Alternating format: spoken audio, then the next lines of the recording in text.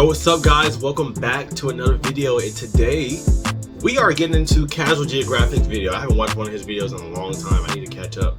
But we're reacting to the video, Animals That Get the Middle Finger from Childhood. I'm pretty sure it's gonna be panda babies in there, because pandas don't really care about their children and they usually sit on their childs.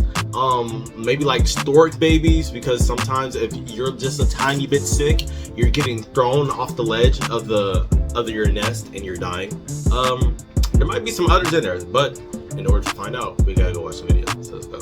Me cry. Hippos are easily first ballot in the Hood Nature Hall of Fame, but they didn't get it for turning hundreds of humans into hashtags a year. I seen that video. Being a part-time predatory land whale out of water, while also being fast enough to catch a ticket in a school zone. It's not because of it's not just their eyes. It's because as a kid, I was traumatized by 3 words: hippo, baby, shower. What? Maturing is realizing 2 things about nature. 1, hippo you hit the baby RNG shower lottery if you die of old age. And 2, you probably have a worse childhood than an actor from Redacted. Since I've already made a mother and father video on this channel, instead, we're gonna do basically the opposite. Here are the animals that get spanked the hardest by reality the moment they're born. And while this isn't really a bad parents video, you're gonna see some of these animals need CPS in the worst way. So yo, back to hippos. So you're gonna see some of these animals need CPS in. She's marking her scent on the baby. There's no way. There is no way she picks up her baby and starts rubbing cooch with her baby. That is foul right there. That is foul. So yeah, back to hippos. So as a need kid, a I was watching this washing. documentary. I couldn't really tell you what it was called or even what it was about, but there was this one scene where a mother hippo showed up with her freshly born calf, and the other hippos woke up feeling like Mike. Jackson, Tyson, Jordan, take your pick. Either way, I watched the calf become coarse confetti in front of my eyes. Hippos are actually pretty solid moms. They'll take a maternity leave from the herd and pretty much quarantine herself for weeks to have the kid, and it's usually after a couple of weeks where she'll return to the pod. Problem is, if she comes back to an overcrowded pool or limited resources, or really just a hippoing, males will gang up on the mother, separate her from the calf, and make a hippo baby shower shockingly literal. In their defense, it's technically rare, and it's not like your favorite animals don't follow the same script. But man, did the squeals of an eviscerated baby hippo alter my brain chemistry. The hippo's first introduction to its own kind. Look at the muscles in his head. Turn into an actual bloodbath, and if that's too dark for an intro, I'm gonna put this right here, because like the world to Ray Charles. Yeah, you're warning. I don't gotta do it. Look at it. So in my non-professional online opinion, there's about 4 ways animals fresh out the womb get violated by the natural order. And the first one's what hippos go through, which I like to call running the gauntlet. It basically means because of circumstances, an animal too young to be anything but a milk merchant has to go through trials, tests, and a real-life bullet hell that I would hesitate to wish on my worst enemy. And unfortunately, my worst enemy is not this bird. You see, the barnacle goose had a problem. They build nests on high, cloud-caressing cliffs away from polar and foxes. But their food source, aka their entire way of life, is at the very bottom. And because they're basically flying lawnmowers that eat mostly grass, they can't just mama bird food into their faces. And air will bring them down ain't on the table either. So their only option is to jump all the way down. The day-old flight. Those are those birds? 400 feet straight down. The Statue of Liberty would be a vacation for them, and the only thing breaking their fall are the rocks littering the bottom. Really, the only break they get is nature giving them a fluffy down coat and flyweight class to make the whole rock landing thing less of an immediate game over. But don't worry, it gets worse. The parent geese do help by calling out to the chicks and kind of coaching them down, but their encouragement can end up attracting the same predators they were trying to avoid in the first place. Also, as a conscious cotton ball, they go wherever the wind blows. So why do it? If that happens to be too far away, they can get snatched by a raven before their parents even get to them. Not to mention, barnacle geese don't get full immunity. Oh, ravens are huge. Chicks become a casualty to the cliffs, and only a third are alive after 2 days. Basically, this is the second animal in the row where baby shower sounds more like a sick joke, and wouldn't you know, they're not the only birds that don't need autumn to be a fall baby. Oh, literally a literal baby shower. To 50 feet out of their tree nest or starve to death inside. I didn't know water landing was a luxury, because merganser chicks have to do the same thing, except the best they get are leaves. But at least with ducks and geese, they run the gauntlet, but they have their parents there the whole time. This crab could only be so lucky. The Christmas crab's named after the island it's on, and every year, the crustacean exodus travels from within the forest all the way to the coast by the tens of millions. Let's go, crab! Well, if you know what this drink is called, just know crabs have copious amounts of it. Walking to your spring break when you're only inches tall is a struggle enough. Doing it in reverse at tick size is veteran difficulty. Because a few weeks later, the Christmas crab progeny has to backtrack from the beach all the way back into the recesses of the jungle with the rest of the population. It takes over a week straight of walking, while dodging everything from cars to the people in them. Ew! That's if they don't get spawn sniped on the beach by their own kind. Out of the Why? legit billions of crabs that take the journey on, only, let's see Why? here, 0.0001% of them live long enough to continue the cycle. Now, I'm not the best. What is that underneath They're it? arguably the only insect that can give 10% of the Furious 5 problems. What? It sounds like all but 1 in 10,000 crablets. What? I missed are it. What did he say? Arguably the only 1% of them live long enough to continue the cycle. Now, I'm not the best at math. They're arguably the only insect that can give 10% of the Furious 5 problems. Furious 5. There's 5 problems, Furious. It sounds like all but 1 in 10,000 crablets are statistically f***ed. Nothing says Gauntlet like having so many kids. Insects? Basically force the right hand of RNG to do at least one of them. Crabs aren't right. insects. Spoiler alert, you're gonna see that again. But nothing makes running the Gauntlet more literal than Godzilla's understudy. Ironically, the marine iguana is only a menace to algae and is reportedly chill like that. Their childhood Right. is anything but, because gravid iguanas will lay know their you eggs chill deep like in that. sand or volcanic You're ash. good. But that also means they have to do the dash when their underground nursery turns out to be a snake pit. As soon as the iguanas are born, they immediately That's rush those to the rocks iguanas? for cover, and that can get their I was tailgated wondering by, which iguanas of that were. course, racer snakes. And like their name suggests, they're Okay. liable to run down a luckless lizard. Bro really just blew a 4-0 leg lead. Oh, and Eurostepping Satan's garden hoses doesn't mean they still can't get picked Hey. off by the always menacing Galapagos hawk. Running through Alpha Galapagos Marshall hawk, Lynch I've first never day heard out of that. survival of the fittest on steroids. And remember, running the gauntlet is just one of the ways the world plots on the young. But number 2 might arguably be worse. Criminal negligence. Because at least with Criminal before, if you take an negligence. L, you can chalk it up to a skill issue. But with a parent like that, if you're strapped for luck, you're pretty much in trouble. The harp seal is actually a decent mother. What was that pause? For 12 days, she nurses her pup for less than 2 weeks, then what? She abandons the pup to go find more males, because mother harps are for the sheets. The ice sheets. Keep in mind, a baby seal can't swim or otherwise feed itself for the next 6 weeks. Even So losing how? weight in How the does it process. Forcing a hunger strike on your kids is bad enough. Pulling that in polar bear country is diabolical. Yo. Worst part is, the pups are naive enough to confuse anything that moves for their mother, so those videos of them pulling up to cameramen, it just got a lot darker. Quokkas are on a different kind of timing, because they'll yeet their young as a contingency plan against predators. And while no, they don't literally throw their babies into the oblivion, if They things just ever get too loosen tight the during a pouch. chase, the muscles in the pouch do the exact opposite and drop the joey on the ground. And while the screaming, writhing joey gets the worst kind of attention, Mama Marsupial hightails it, because you know what they say. What's 17 more years? I can always my God. start again. Make Jeez. another kid. Bro.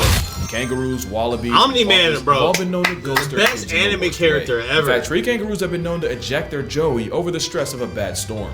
But hey, shout out to koalas. Still Not a only villain, did I not just find cases of them best, sacrificing anime youth. character. Some Love koalas him. have adopted orphan joeys and looked after them like their own, so big ups to the Chlamydia Care Bear. You got koalas caring for kids that aren't even theirs, and a desaturated deadbeat forfeiting custody to the gulag. Pandas often have Right. twins, but because they only have the facilities to keep one alive, they'll basically flip a coin, keep Zach, and Cody gets returned to sender. To the point where zoos have to play parent trap with a panda and will sub in one twin after another. Whole time the bag of bamboo thinks she only has one. But you've definitely Wow. heard all this before, so I'm not gonna go in depth. What I will do though is mention the bird of pandas.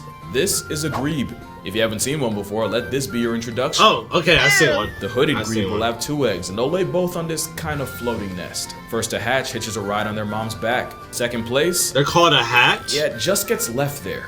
97% of the time, the grebe couple only I raises seen this. one chick. I seen this video, and I'm not gonna lie. When I was a little kid, I was a little stupid. When I first saw this video, I think I saw it on like Instagram or something. I think I just got Instagram. I screen recorded this video and sent it to my friends and just laughed, like sent the laughing emojis because I thought it was funny, and nobody laughed. It's bad enough when pandas do it, but at least the DreamWorks franchise isn't endangered anymore. Being critically close to being cooked while having a one-child policy is just egregious. Oh my god. In fact, the average baby raised per adult each year is 2. That Wow. is not a A smudge. year? Make that 0.2. And yet there's a bird that might be worse. How is The it emperor 0.2? penguins be here. They were in my Father's Day Born in a video. and year. The mothers aren't slouches either. But in a really cruel twist of fate, the very thing that makes them great parents can royally screw the chick over. Prolactin is a hormone that goes into overdrive once the penguin lays an egg and keeps going long after the chick hatches. And it's believed it's actually the high levels of prolactin that drives the penguin to make the long trip back to its chick after days of filling up at sea. The problem is right. the prolactin doesn't fall off if the penguin ends up losing the chick, and the parental drive can be so strong it forces them to kidnap someone else's. Wow. Not only can the chick get accidentally smothered in the process, most times the kidnapper loses interest after a couple hours, leaving the forcibly fostered chick to die, either of starvation, freezing, or getting turned out by a giant petrel. Oh, speaking of which, they'll really watch an ice-chilled vulture snatch their child in front of them and will do jack about it. I mean, sometimes they'll try. Until they don't. Imagine the plot of Taken, but if Liam Neeson was in the same room and didn't even move from his couch. To be fair, I honestly don't know what I was expecting here. That is crazy. Except better. Mind you, that's only the half of it. Literally. Because next is what I like to call, it be your own. You've probably seen videos of storks throwing their own chicks out of nests. It's cousin, survival of the fittest. Fit isn't about strength or washboard abs, but fit is more like how good you are at making more of yourself and passing the genes off. Look like a liability, and most bird moms aren't going to waste the resources better spent on your bigger brother. They're all just watching you from the census themselves. You missed! And that's not the only way parents can be your biggest op. Scorpions are dedicated enough to literally carry their entire family on their backs for days. But let resources get low enough and you'll see a spice roach having a kid's meal. And long-tailed skinks go full scorched earth. She'll try to defend her nest, but if she feels like it's getting invaded too often, eventually she'll say F it and eat her entire family first. Dang! The thing is, most skinks will just lay their eggs and peace out, but those in the area codes of egg-eating snakes will guard their nests. That is, until the moms get pressed enough and become the predator. The burying beetle has a different problem. You see, this corpse roach will turn an expired rat into a nursery, but if there's too many beetleists, there won't be enough food and they'll end up small and underdeveloped. So the beetle will systematically murk a small percentage of her own children to keep the ratio honest, and science says it's the beetles that beg the most for food that get packed up. Seriously, the larvae that the beetles can beg, by the way, but the ones that only do it that's a life lesson. We actually have a stop having your hand out. Stop asking for too much. Be grateful. It's like a creative tactic to reward honesty. But also imagine asking I think I'm yelling because the video's loud. Either that or it's a really messed up game of musical chairs where the biggest beetles get fed first until there's no food left, and the ones that get left out get terminated. Which is actually a great transition to the last pitfall of youth. Let's go Sibling ahead. Rivalry. Ew. Or it be your own part. Shoebill story Spotted hyenas stake on site, literally. They will try to kill each other the moment they're born, and this ain't a friendly Disney Channel type of fate. A quarter of the cubs born never make it out of the den because of it. And considering the very process of birth can turn both parties into a hashtag, I see that. Yeah, hyenas got it bad. So does this guy. The shoebill stork is I'm not gonna lie, I heard about the hyenas. For people that don't know, basically instead of the hyena having an opening like a vagina, instead of having an opening hole, it has a penis. So imagine a dude having a penis and having to have a baby through that. That's what hyena females have. And I don't know, weird shit. I kind of want to see how that works. Like, how? How is that possible? I don't believe that that's a flatline their I siblings don't to believe survive. And even with different species, the script is the same. The stronger chick gets all the food and attention, while the weaker one gets bullied and beaten into oblivion. Often while the mother's watching. Heck, sometimes they serve the corpse as a victory meal. Ew, they're ugly. The most brutal case of competition happens in Tasmania. You know exactly where this is about to go. Tasmanian devils can birth 20, 30, sometimes up to 40 joeys, but somehow while their opossum cousins have 13 nipples and the short-tailed opossum has 27, the live-action Looney Tunes got capped at 4. So now the blind, hairless, raisin-sized joeys have to somehow race their way from the birth canal all the way to one of 4 milk faucets. As you can guess, the first 4 to feed go on and grow. The remaining joeys get canceled like a Friends spinoff by the mother who eats them alive. I know I said musical chairs earlier, but this is That Meets Saw, directed by Casey Anthony. And somehow there's an animal that gets done even worse. The sand tiger shark can have up to 50 embryos inside her uterus. The problem is, one litter can have multiple fathers. So once one of the embryos grows big enough, it swims around and starts eating all the others. And they don't just wipe out all the smaller embryos. Once the pup clears them, it then eats all the unfertilized eggs in the uterus. And you know these sharks dump zero smoke, because the way we found out was from a scientist poking around a pregnant shark's uterus and getting his hand bitten by an undercooked pup. It's a special kind of spawn feeling when you don't even let them spawn, but it gets even more metal because sand tiger sharks have 2 uteruses, so usually have 2 pups. And apparently some predatory pups will swim from one uterus to another and murk everything in sight. Sand tigers have one of the lowest reproductive rates of any shark, and in utero how do you get that camera angle? Help. So those are all the ways childhood is a figurative flogging for some animals. That is disgusting. Whose idea was it to stick a camera stick up a shark's hole? Well, I guess we got the footage, but that's the worst childhood of all. What animal could that be? How about the one that has to deal with all of this? The gauntlet, the rivalries, the occasional cannibalism. If you didn't think it could possibly get worse, be glad you're not a sea turtle. baby sea turtles got the Tasmanian devil experience on brutal, because not only do they have to crawl for their lives from beach to sea, they also have to worry about getting digested alive in a vulture's stomach, crushed to death by crocodiles, and even having their eyes gouged out by cutthroat crabs. And yeah, that one's still alive. And that's just on the beach. Even if they hit the water, they're likely to get griefed by reef sharks, and in open water, threats like the dolphin fish are liable to turn turtles into hard candy. Some species improve their chances by going at night and using the moon as a guide, but man-made lights can confuse the turtles into going the wrong way on the highway. And this ain't Mario Kart, there is no Lakitu to bail them out. And even though sea turtle cannibalism has only really been seen in captivity, I would not put it past the wild ones, cause, well, you remember when I said baby birds are like the potato chips of nature? Baby turtles are like the Kit Kat bars of the beach. Turtles got it so bad that their literal only defense is just having so many kids that doesn't matter how low the odds are, they just have to not be zero.